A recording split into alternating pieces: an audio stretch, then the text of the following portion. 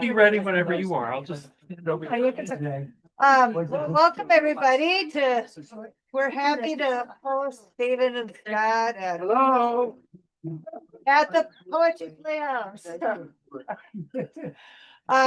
So thanks for coming. Help yourself you've already discovered wine and water and snacks. We'll be ordering pizza. We're actually, John's ordering it right now. So by the time the reading is over, we'll have pizza out for you.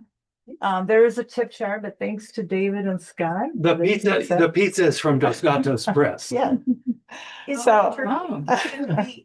Contribute.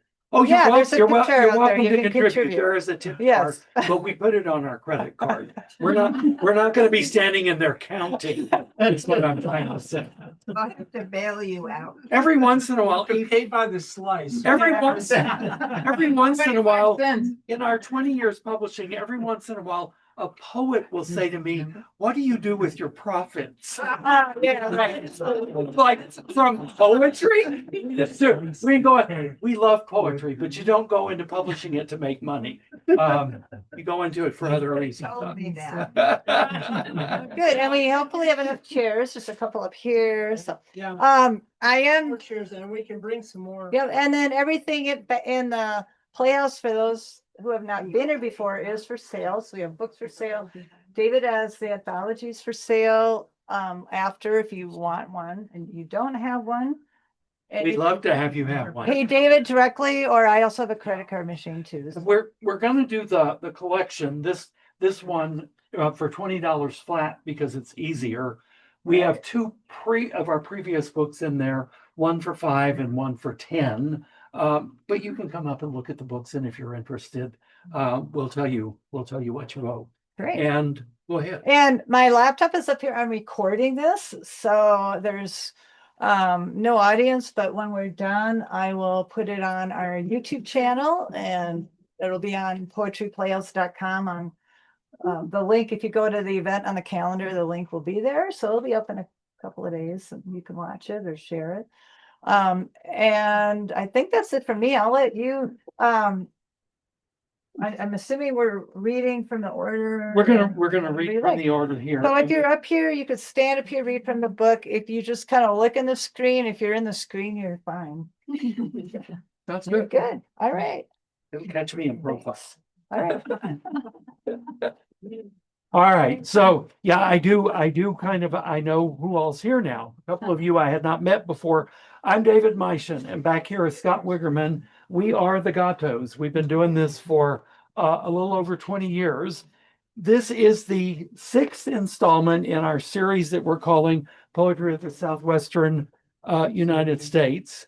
Scott comes up with the ideas. It was his idea for us to put out a call for Aubades and Nocturnes. If you don't know, an Aubade is a morning poem, and a nocturne is a night or evening poem, and we love them. Ordinarily, we have chaptered our books with themes of chapters. When we got to the end this time around of reading and choosing, we were so pleased at the way one poem led to another, morning, night, etc., that it's strictly alphabetical. That's why there's not a table of contents. You can just look at the bios in the back to know the order. It's in the order of the poets that are in here. And we're going to follow alphabetical order. You can turn through it. One thing I would recommend is when you get up to read a poem, if you'll give the page number, those of us who have a copy and want to follow along on the page can do that. So we're going to start by, I'm going to read two poems, one of mine and someone else's. And from there, we will go on alphabetically. And so each one of us is going to read two poems. Scott and I, when we publish a book like this, because there's no limit on the number of pages, we allow ourselves to have a poem in the book because we're not shutting anyone else out. I want to read a poem on page 73 by Amy Greenspan. I love this poem. It's called Morning Dove. Pink light, scented by sage, slips through shutters, stripes the bedroom, liquefies. you are gone. I am a balsa vestal drifting hollow past bald cypress, mesquite-thorned hills. Float or sink? The morning dove's waking call tells me I must rise, lift from her primrose crib the child who wears your eyes. Love that poem.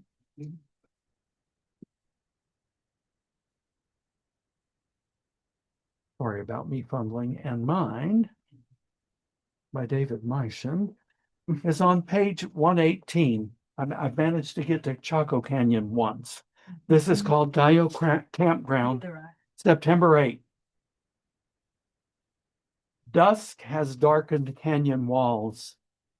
The thinnest seam of light traces the eastmost bluff.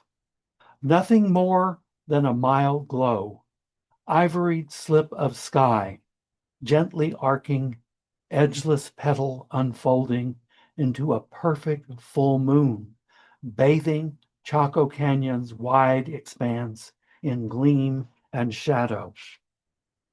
Here, with distance, with millennia of timeless rock and crumbling walls, silence sequesters us from depredations run amok elsewhere. Here, while this miraculous light washes the canyon walls, moonglow enters us. Here, it is almost possible to believe. Okay. Alphabetically, then, we will begin with Rebecca Aronson.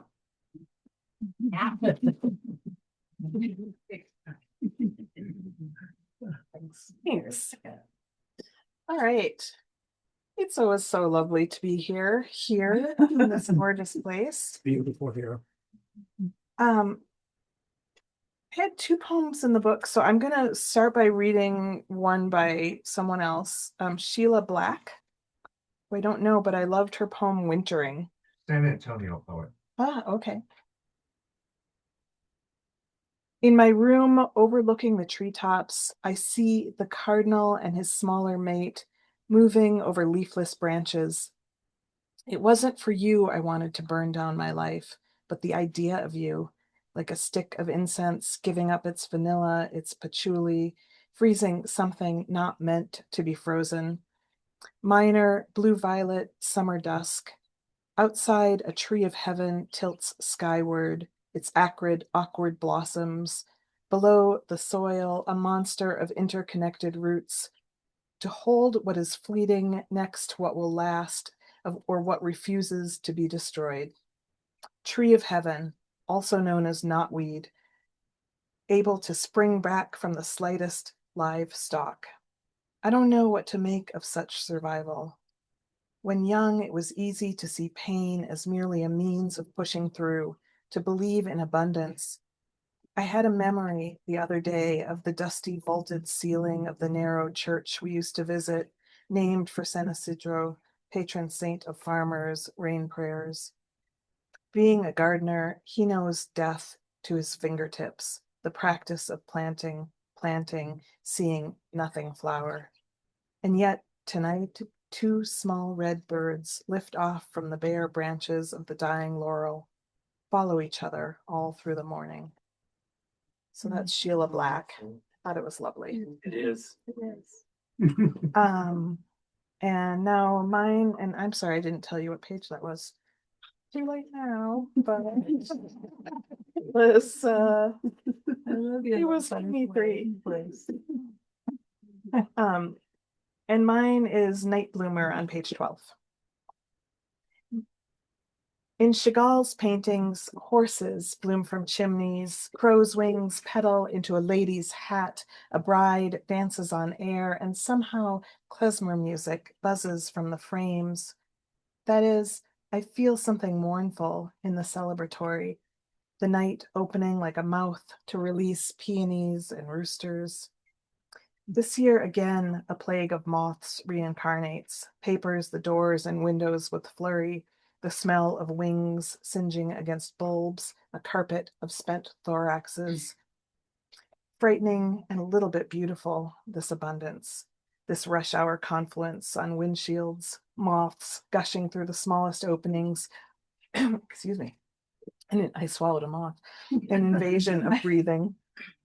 Their wings are well-worn rags. Everyone is waving all the time. Nothing is more unreal than the real. For instance, the dog the neighbors exiled to the backyard where it cried all night into our ears, fermenting dreams with the kind of dread that wakes you tearful and filled with a despair so dry and bitter you think you will never taste anything sweet again. In the morning, the yard is empty, as if such desperation never existed, as if sorrow were an imaginary state and no one and nothing was ever abandoned. I wander my own yard, counting little storms of lost feathers, a dozen holes where something has uprooted all the newly planted seedlings, a huddle of wrens scolding as I reach to pick the single strawberry the night has cajoled into perfect ripeness. Thank you. I love that strawberry every time. Okay, and our next reader today from Santa Fe is Tina Carlson.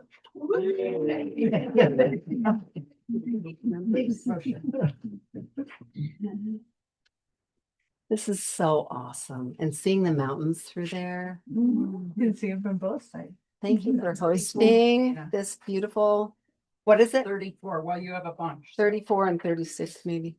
And this is such a beautiful anthology. Thank you for We're very pleased. with it. publishing. I'm Thank you. honored to be included in it. I'm going to read a couple poems from the book. 34 and 36, I think, are the page numbers. First one is Santa Fe River, No King's Day 2025. At dawn, the scaled whale pierces air with her single notes, and flycatchers echo across this intermittent river, while salt swallows swoop and plunge like warplanes over what is left of water. Soon this bed will be dry, stone and trash, prints in the sand. Citizens on the bank, cottonwood, fescue, coyote willow, bend slightly in a breeze. A snake unfurls her thin flag of stripes, then heads for shade. When this morning's urgent songs of hunger and mating subside, we will march to the plaza, calling out into the warming air. Brush fires burned in the night, and today will be hotter than most. Crowds of sound switched up with dissent, a plunder of tanks. We linger a while in the aviary of the still early day. Fledglings practice flight. And to continue the flight, this is a poem in honor of our dear friend Gary Worth Moody, who died a few days plus a year ago. We still miss him so much. Gary in flight. Early morning he sits, feathered and wet, hunkered in rivers' round stones. Later he perches outside and peers in, a poem behind the glass. He eats a sparrow plucked from its nest. I like to imagine my dead friend as raptor, how he used to capture, then tether those hawks, and they flew from his wrist to learn limits. Now he's everywhere, riverbird threat, high tree caller. Raucous crows peck him in flight, and in our yard, songbirds flee. What is light shed from a body of pain? Near the end, he was cloaked in bruise, blue as evening sky. And in his small room, a flickering, not mystery, maybe a moth, the essential him morphing his limbs into wings. So many versions of missing. We knew for years that death was near, but grief holds us close, clawed and sharp. Small birds clutched in its beak.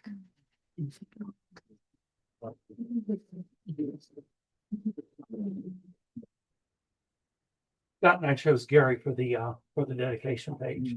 The book is dedicated to his memory. Gary Worth Moody, remarkable poet. If you have a chance, read some of his work. And our next reader will be Alicia Elkort.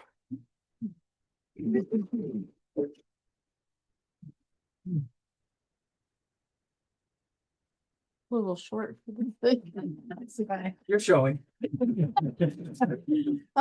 This is just so special. It's so sweet out here, and the work is kind of nice, even though it's problematic.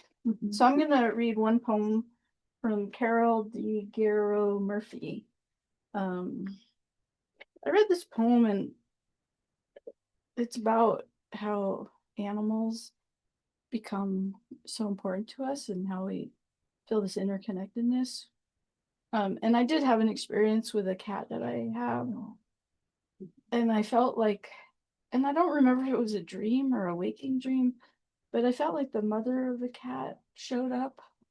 It's gonna make me teary. Just to check on and to say thank you, taking care. And so, and I read this, you'll see. And it's on page 76, if you don't mind my Yeah. saying so. I looked it up. God as darker dark in a night blizzard. I have never seen him kneel. 0 degrees minus wind chill. I carry my offering in his pan, maple sugar, frosted, shredded wheat. Blowing snow, the car idles, shines headlights on the gate, squeeze myself through. What do farmers do? What do I know? Love for this horse unstitches me. I see a darker dark in the night snow. No, it's a bush. Now I am leaping, floating a bit, trying to hold steady the tree. Another bush, snowfield rolling like a wave.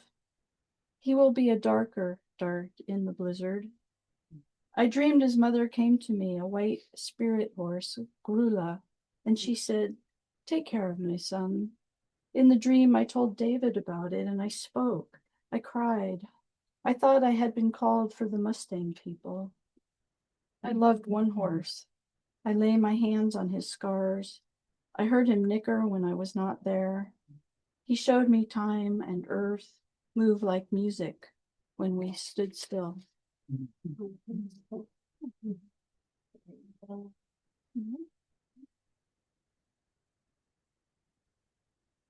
They printed out their own poem, so I'm using Rebecca's.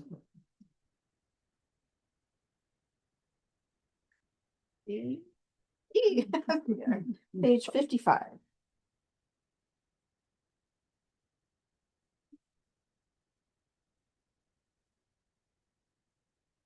So I moved to Santa Fe almost 6 years ago now. And this poem, I was in a casita. It was snowing outside. And this is kind of the setting here. It's called Dusk, Late October. If you remain in the garden past dusk, snow will cover your body, a statue, white marble, soft. Birds will land on your head. Nests will overcome you. A sparrow with a chestnut underbelly will fold her wings upon your reluctant breath. Her discarded feathers will attach to your shoulder blades, while everyone you've ever loved will remember the ways you were kind, the ways you were not. You, in the garden, steps from an open door, yellow aspen leaves at your feet. Maybe you will weep. More likely, you will feel the universe in your heart, hear the far-off trembling of a creek in the forest where you once spread your body across warm leaves, felt the sun on your face, remembered the night as a wound, and you howling to a dark sky. To forgive is to surrender, and at the moment of release, your new wings will carry you into the map of yourself. put your finger down anywhere and go there, go there.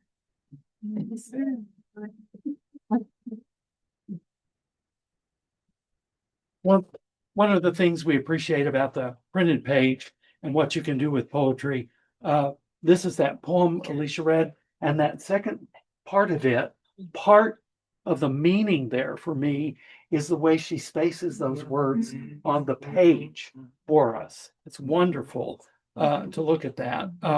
We also, I'll say this quickly, we had some very wide poems. One of them was Tina's in this book, and that's the reason that these pages are bigger, wider than no, we're glad. Any book we've published before. And so the wide poems, Alicia's is somewhat wide. They look good, but so do all the narrow ones. One of the wonderful things about poetry is the effect of white space around the poems as you're reading them. Okay, enough of my digression. Our next reader is Joy Jacobson. Thank you. So I'm on page 85 and 86 in this book, and I'm grateful to be here for so many reasons. One of them is that my life journey with poetry started in Placitas about 30 years ago, and with Tina in a poetry group at UNM. And so, butterflies, it's so beautiful out here. Anyway, thank you for choosing me to be in this anthology. And I also want to thank you both for your editing help with this poem. A few years ago, I started writing what I conceived of as hospices, a poetic form that just kind of came to me as hendecasyllabics, which is 11 syllable lines. So I started writing these poems of 11 lines of 11 syllables each, dedicated to an endangered being or species. This one is called Hospice Aspen, and it begins with a dedication. Genetically identical trees sprout as a single organism out of Earth's oldest living beings. The aspen clone can remain alive, dormant, until it detects an ideal balance of sun and moisture and nutrients in air and soil. This hospice is for Pando, the largest and oldest of the clones, dying in Utah.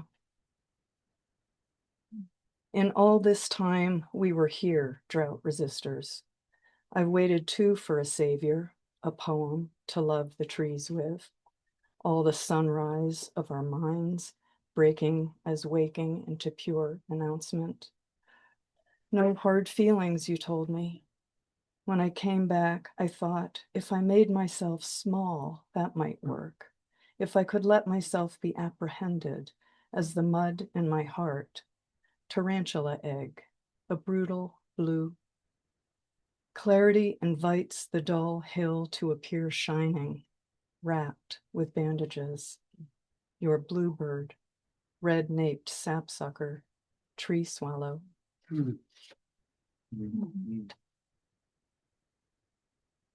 This one I wrote a long time ago and recently revived. Rest home, Hamas Springs. Down where the stream widens, the whole world alluvial and water spreads to fingers like a hand. There's a glint in glass and a woman behind it, holding forth the daily ceremony, bread to bird. She cranks widdershins, the window open. Dawn air rushes her and her blue mug. Adobe wall, saltillo tile. Her parents' lined faces framed in refashioned oak. Sand shimmers at the bottom of a glue black glass pot. Eggs boil against it. As clouds hang rain above the cliff, river moves ice toward summer. She endures the bird flight of her sentences, sheared cold by these forces, and slices the orange flesh of a squash, arranging it on a rust-red plate, as though all her life had been stilled, a triptych, oil on pine. knife, body, opening.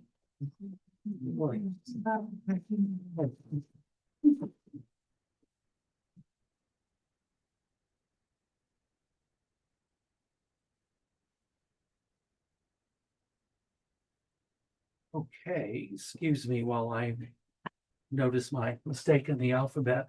Our next reader, our next reader for today will be Bray McDonald. Make him feel welcome, please.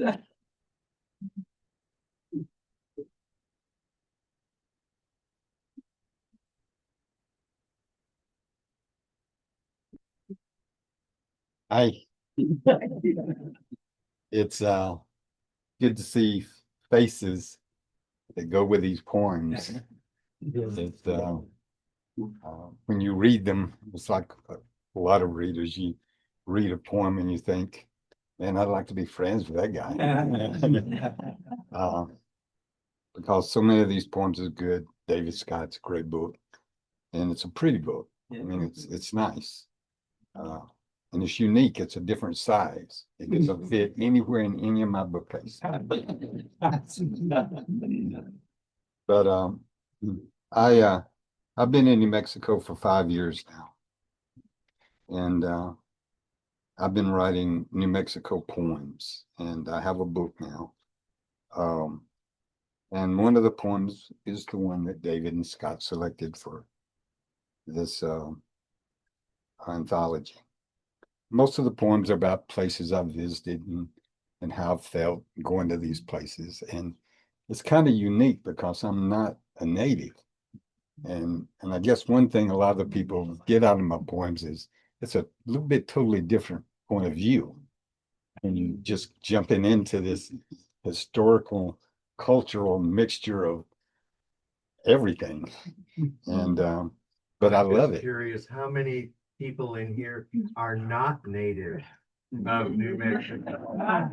You're not alone. Not a transplant. We should probably rephrase that. How many are there? Yeah.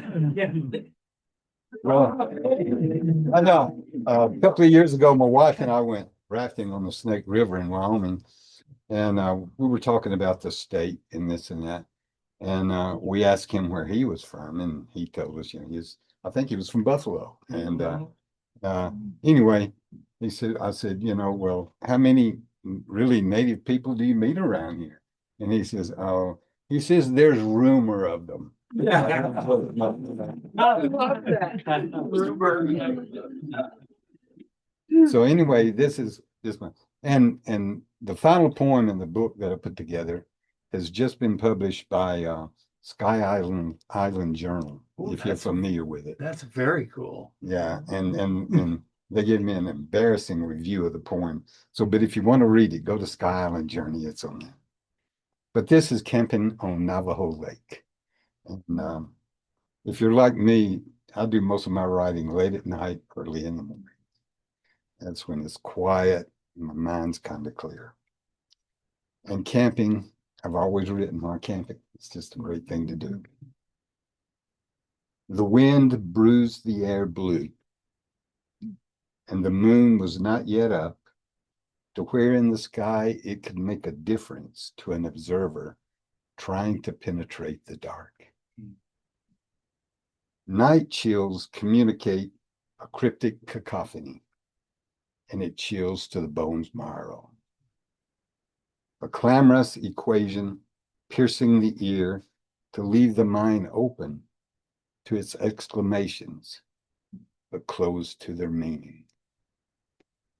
Soaking under starlight, the lake is diamond dusted, and the shore a silent raven at midnight. With only the moon to measure progress, time seems briefly inactive, and the earth seems suspended in its whirl. Now, if I get to read another one, I want to read this gentleman's poem, if I can find it.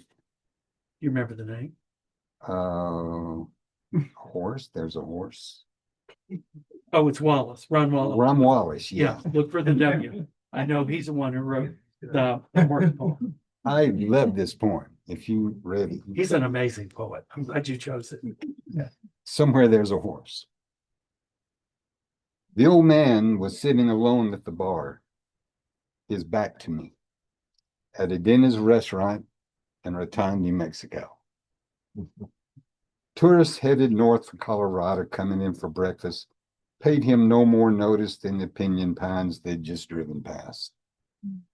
He was built thin and tough as a barbed wire fence. His faded Levi blue jean jacket, worn thin at the elbows, looked like it came from 1962. And his Wrangler jeans were probably older than the waitress. His cowboy hat, a Stetson, I'm sure, once cream-colored, now sweat-stained, was curled a little on one side from too many years of pulling it down snug against New Mexico winds.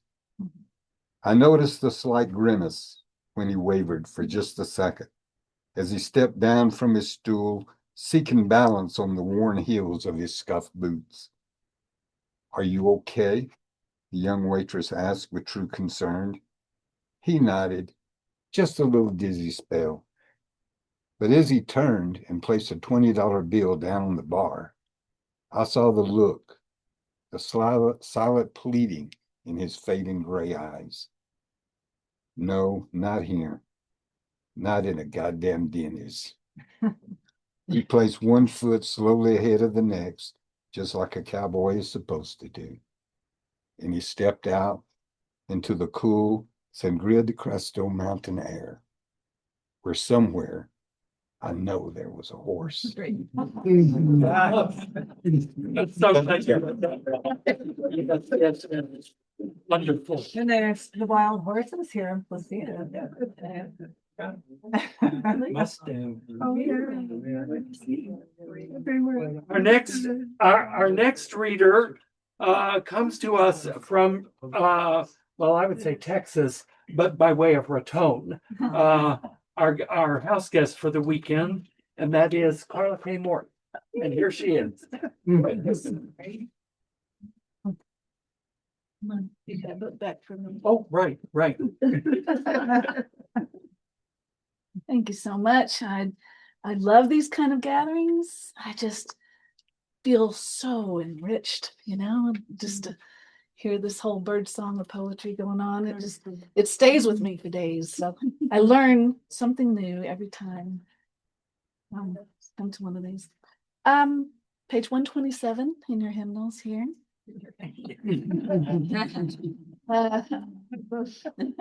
And by the way, Scott's cover is just It is art. That's remarkable.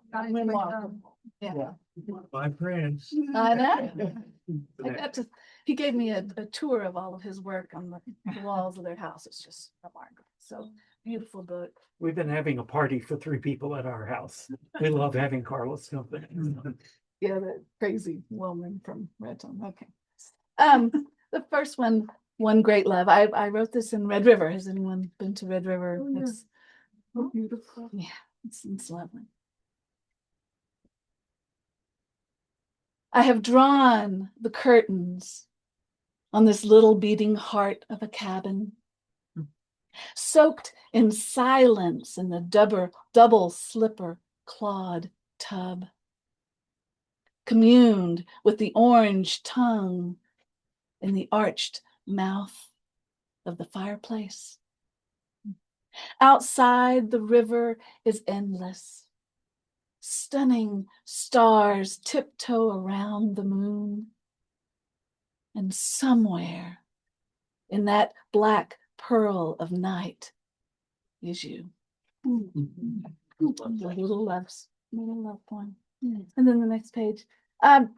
One exciting thing I got to do with fellow poet laureate Alan Birkelback is we went to all 63 national parks and went to them because I discovered that in over 100 years of our national parks, there's never been a book of poetry written by poets that went to all the national parks. I went, oh, do this. Became a calling, tried for funding grants. They were all like, yeah, we don't see the need. There's even one in Samoa, and they went. National Park came back with the lovely Boris Tustek too. anyway. But and in the book, TCU Press did this lovely coffee table book, and there's a poem each from one from Alan, one from myself. But you can't, when the faucet's turned on and you're at these beautiful places, the poems just come. And so this one on 128 is we were out and about on Easter morning. And have you been to Nevada's Great Basin National Park? I've never been to a place more quiet, and the most southern glacier is in the mountains there. The last one, the furthest south glacier. Isn't that amazing? This is Easter morning on the way to Nevada Great Basin. I used to say Nevada, and I was corrected multiple times by people in Nevada. She wondered if she was called to these national parks like her friend Margaret is called to pray. Prayer, that one thing we all can do from our easy chair, our hard pew, our rug in the eastern sun. She thought of Johnny Appleseed, John Muir, the 12 disciples, Meriwether Lewis. She thought of the way her life became something greater when she knelt and felt Old Faithful's ancient waters, or witnessed sunrise on Cadillac Mountain, or felt the saguaro's cool green skin, the way she'd touched it between the spines and traced the holes in its early dawn body, like Mary must have done when Jesus appeared Easter morning.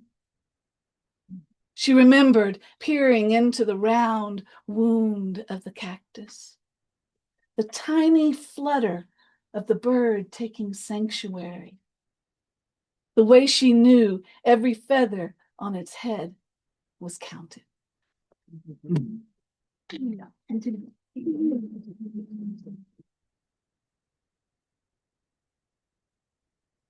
Next up, in a row, we will get to hear from the two poets who are hosting us today.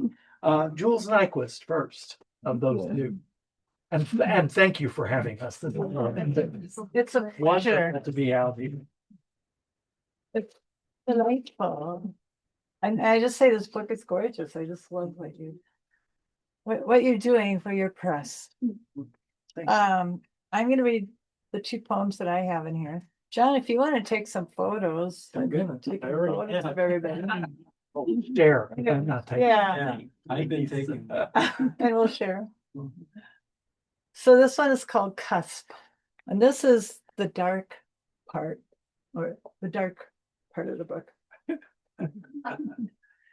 What I wrote this, thinking of winter.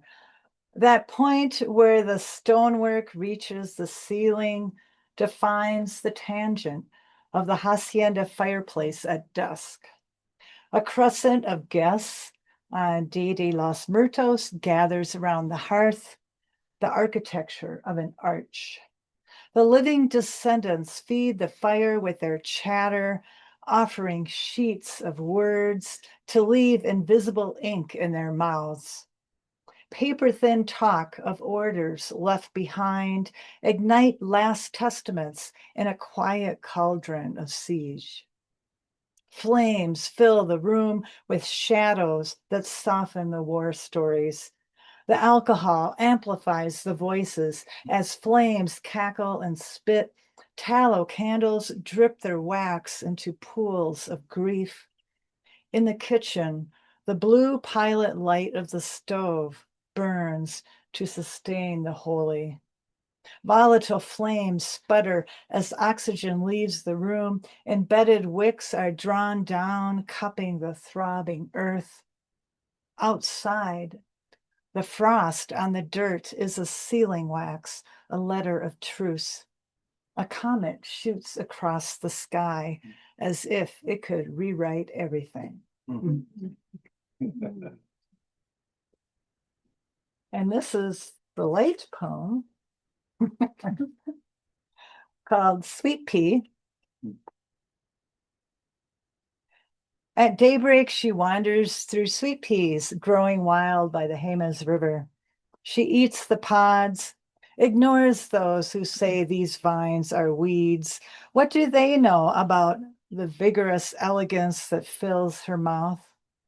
The green lime of cottonwood leaves holds the morning as he wades towards her, his bare feet gingerly stepping into the cold, rushing water. The clouds move on near the mesa cliffs as they remark about the heady ephedra, its whorled nodes of green branchlets camouflage their petty arguments, rise up to their quietly whispered affections. They plant them in their garden, take back their wildness. It's appropriate poem for spring. It is. Thank you, David and Scott. Thank you very much. And our other host for today is John Roche, coming up next.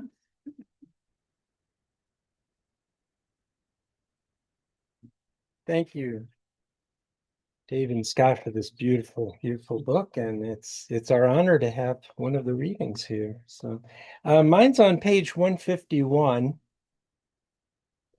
And I apologize, after my reading, I've got to run and get the pizza. They're right next, it's right next door. I'll forgive you, John.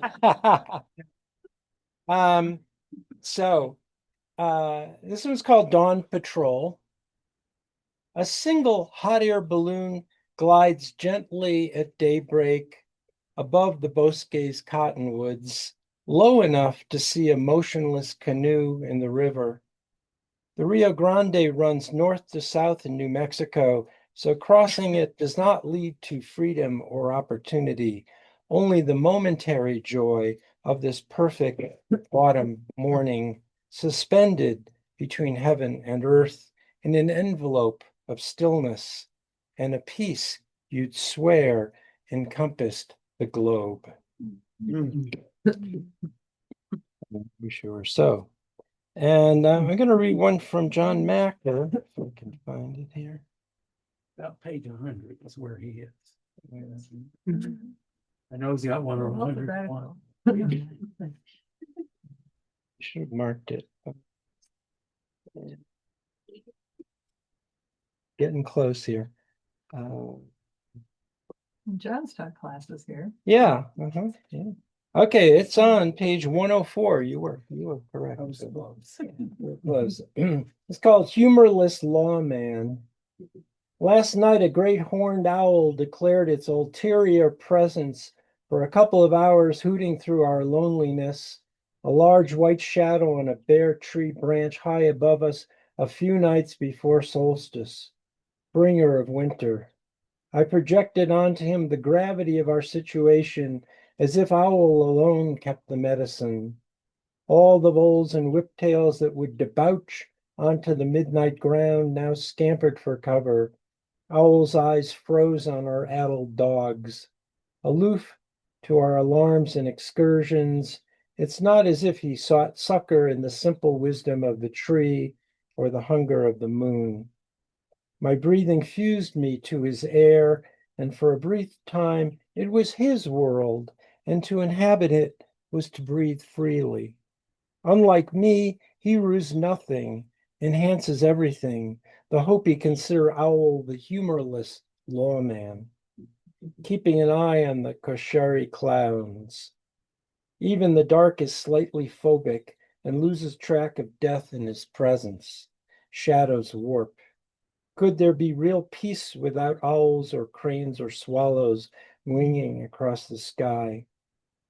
I projected onto him the gravity of this winter as something more than a paltry seasonal thing, and nothing but the breeze rustled the tree, and the night was as silent as it was efficient, except for his rhythmic hoots and the dogs carefully threading through the leaves, aware they were being watched. Thank you, Joe.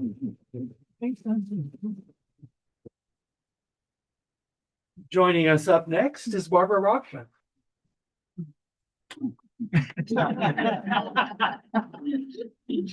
I see that.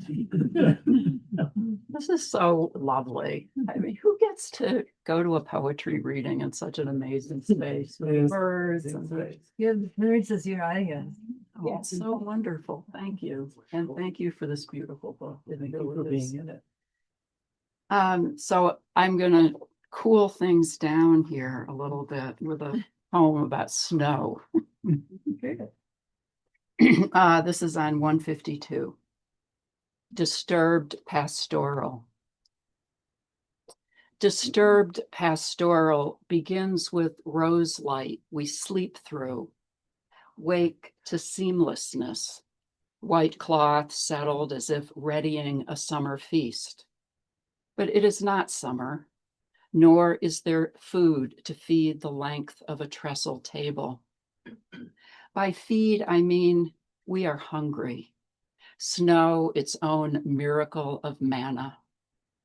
Though look, already the dog has spoiled it. So now, allow the sharp-shinned hawk to tear prey from a low limb, press into white earth the captured robin. Surely the hawk has punctured the breast. Wind unsettles his back. He does not look up. I cannot see how hard the talons work, or hear a death wheeze, or feel melting beneath. Then it is over. The hawk lifts, swerves, carries its kill. Evidence is delicate, a trail of bloodstains, soft feathers like grass, ice caught and wind torn. And there, look, the whole tail, a fan, spread so I can study every overlap, every hue, how rust merges into black, black to gray, how each narrowing white tip disappears against snow. So the poem I'm going to read, the other poem by someone other than me, is by John Kelly Yenser. And there are a couple of reasons why I love this poem. I love the poem, but also a week or so ago, I got an email from Kelly saying lovely things about my poem in this anthology. And it is so rare that we poets remember to do this for each other. And I'm so grateful. So that's partly why I wanted to read his poem. But also, I love to read poems where I learn something new. And I learned something new in a vocabulary, a piece of language that I didn't know, which you may learn as well in this poem. And hopefully I can pronounce it correctly. And if not, Katherine will help me. So this is Kelly's poem on 195. Out here, out of the weather. How clever we are to be out of the weather. Look at how we've thought it through. Cozy. This morning, it rained a little. It tried to rain, my sad father would say. Dribs and drabs, my mother said back in Kansas, back in the day. But here on the edge of desert, where we don't have many words for the rain we don't have often, we are grateful for what settles the dust. At dawn, madrugada, lovely word, the likeliest time for rain. So do you know what that word means? Do people know what it means? Tell us what it means, Alicia. Yeah, before the sunrise, that moment before sunrise. It's a great word. Yeah, great word. So thank you, Kelly, for a great word. It's a good poem. And that brings us to Katherine Seluja. Hola, gracias. Estoy muy contento para para se queda aquí con ustedes. Maybe I'm saying it right, maybe not. It's really great to be here. And thank you for including me as well. Glad to have you in the book. So Barbara said she wanted to cool it down. I'm gonna warm it up a little. Scott and David asked us to delete the word Aubade or Nocturne from our titles, because that's what this anthology was full of. And I thought that was really inspired. But now, as I tell you the title of my poem, I'm gonna put the word Aubade back in. It's on 170. And it's Aubade por un amor perdido, or Aubade for a lost love.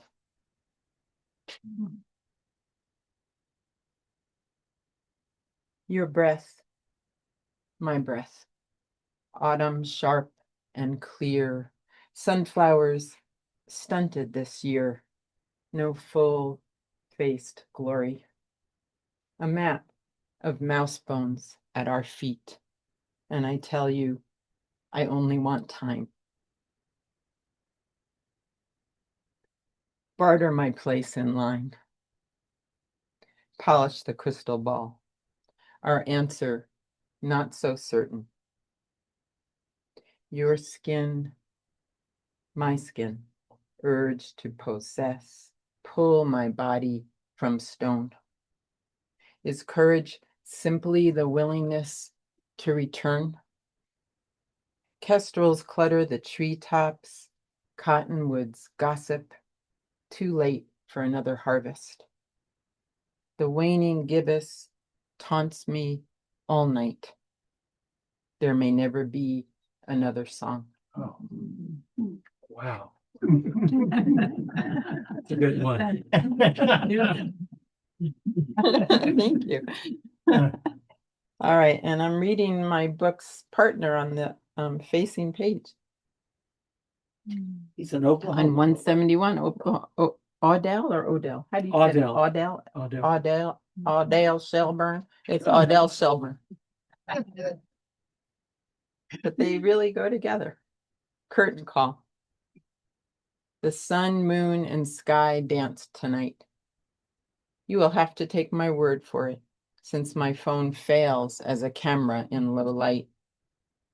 The moon looked like a drip of pink paint on a shimmering pond, bleeding into waves of white and purple, blue and green. More Monet than Van Gogh, soft blurs, pastels, dim impressions dimpled across the canvas of the heavens and reflected in my eye.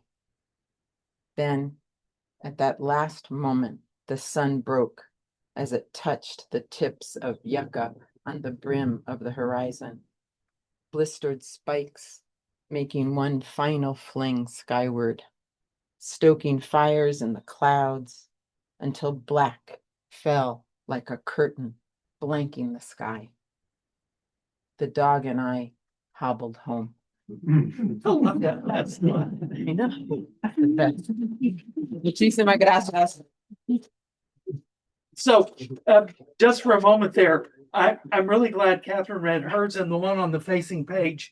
As you page through your own copy, if you have one, I think you'll notice, as Scott and I did, that because they're all Aubades and Nocturnes and also well written, that there's just kind of a rhythm that goes through it, poem by poem, without us having to do anything except alphabetical order. And we are going to close out. This works out alphabetically, but we were saving the best for last anyway. And that is the other Gato, Scott Wiggerman, will close out for it.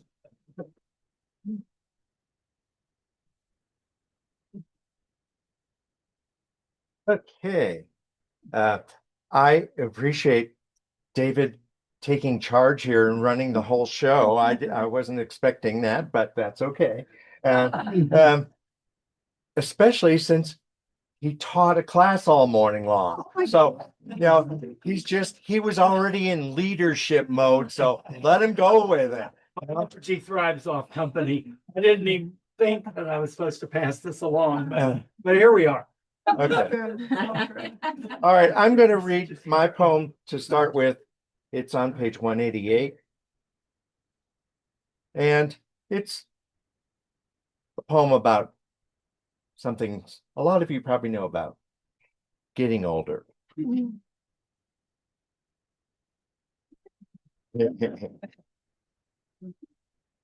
Sky folds in on itself over volcanoes to the west in assorted cocktail hues. The sun dips below the horizon when I open the door in my threadbare bathrobe and watch you shuffle to a rusty truck that, like us, has seen far better days. I'd been hoping you'd leave, but didn't want to voice it. I follow your plume of dust till I cannot see its trail. Cool comes with the dark, but both take their time. From an outdoor bench, I sift through thoughts of pleasure and inadequacy, glad for just the company of tangled cacti and brown terrain, at home with these old, worn-out survivors. There was a time when I downed endless margaritas, applauding with the whole patio at a roadside bar when the sun went down. Now sunset has crept into my bones. The porch light has needed replacing for at least a month, and I let the dark wrap itself around me like a woolen blanket. A howl sounds from the desert, ominous as the shrouded bottom of an abandoned mine shaft. Thank you. And I'm going to close on a lighter note with a poem by Carolyn Dahl. And that poem is on page 44. I don't think, well, in fact, I know for a fact when Carolyn wrote this poem, she did not think of it as a gay love poem, but When a man reads it. you be the judge. Midnight topography. Tonight, I want to explore you in the dark, I tell him, and search for his arm, twirl into the curve of elbow, roll into the warmth of his chest. I place both palms, twin stethoscopes of sense, on the rise of muscles, probe for the throb of pulse from a heart, I tell him, is mine alone. When he laughs, throws back his trickster head, I slip under his chin, fit into a space undiscovered before. With his jawbone on the plateau of my skull, I ask him to say his name slowly, like an enchantment. I want to feel the moment he begins as sound. Vibrations rising up his coyote throat, overpowering the flamboyance of tongue and catching in the curiosity of my ears these strange sculptures of the head, bone forgotten. When the 7 stars glow in our sunlight, my foot slides the measure of his leg, and my toes dip into the hollows of his feet. Vacancies, I believe, were mine to fill.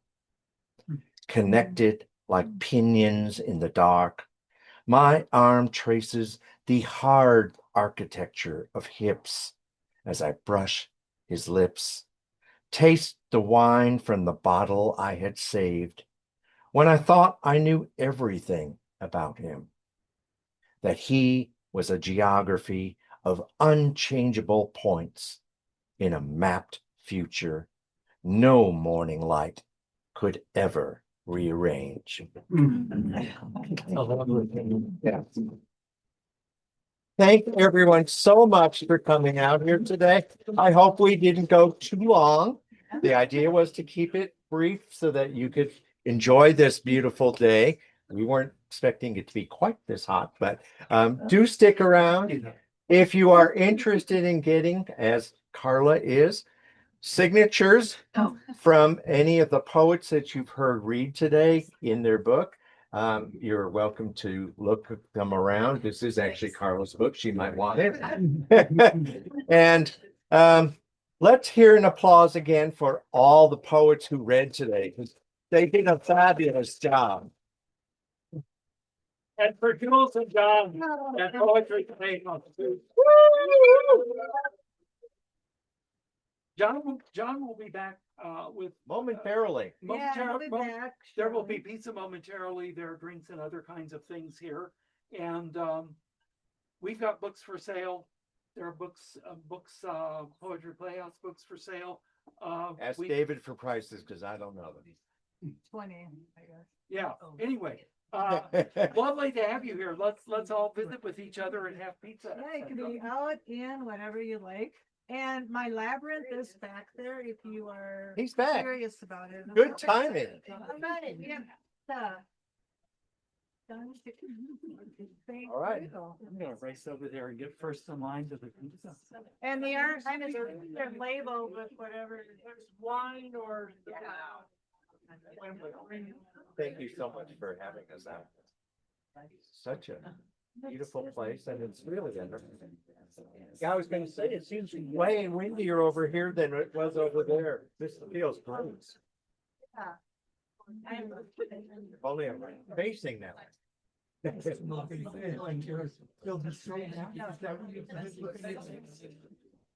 Oh, I didn't shut that on. Just gonna stop recording.